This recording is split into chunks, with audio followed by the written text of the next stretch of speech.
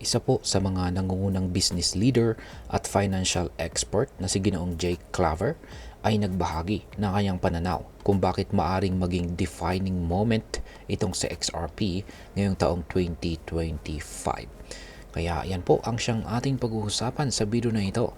Pero bago po tayo magpatuloy, ay nais ko lamang po munang bigyang linaw ang aking disclaimer kung saan ang nilalaman po ng video na ito ay hindi po ito isang financial advice. For education and information purposes lamang po ang layunin nito.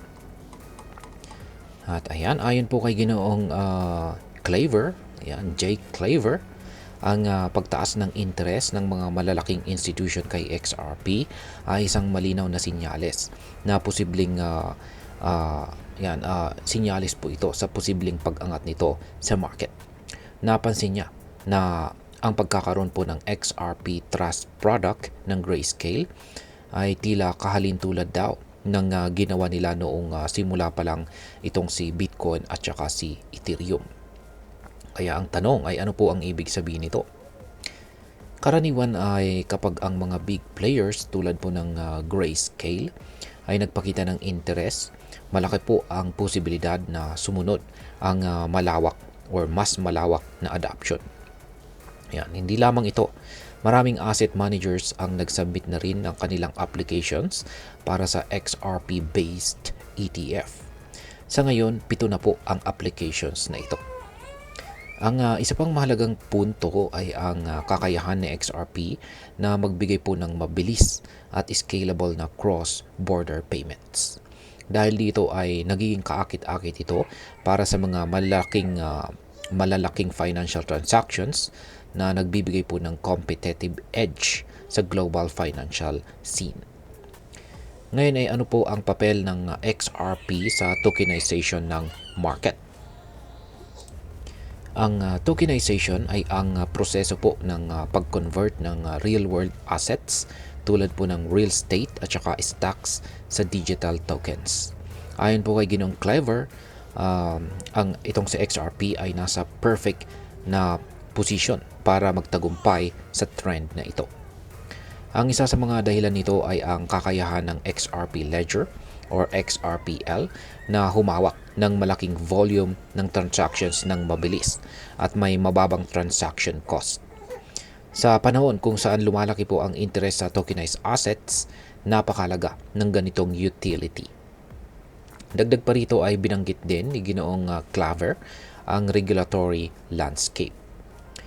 Naniniwala siya na ang regulation ang magiging susi para umabot ang digital asset market sa $1 trillion na halaga.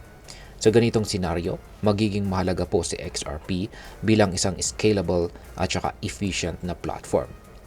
Isang mahalagang partnership ang pinasok po ng Ripple sa Axelar Network kung saan ay nagpalakas naman ito ng kanyang position. Nagpalakas po sa position ng XRP sa tokenization market. Kaya paano naman po naging strategic move ng Ripple ang stable coins?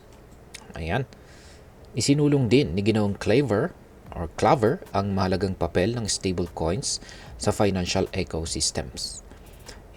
Isa sa mga milestone ng Ripple ay ang launching po ng kanilang RLUSD, isang stablecoin na aprobado or approved ng New York Department of Financial Services or NYDFS at compliant ito sa European Union's MiCA regulations.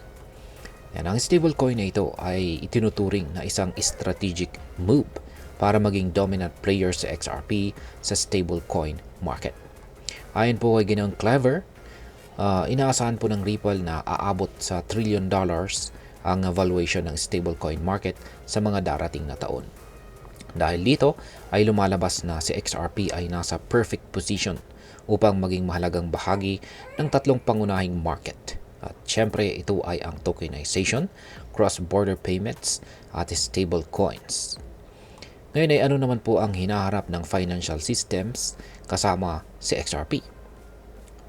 Sa uli ay binigyang diin po ni Ginoong Claver na ang hinaharap ng finance ay malamang na magpapakita ng mundo kung saan ang mga asset tulad po ng stocks, real estate at saka digital currencies ay maaring i-trade ng instant at walang middleman. Dahil sa mabilis at scalable na platform ni XRP, posibleng maging mahalaga itong solusyon para sa mga negosyo at saka institution.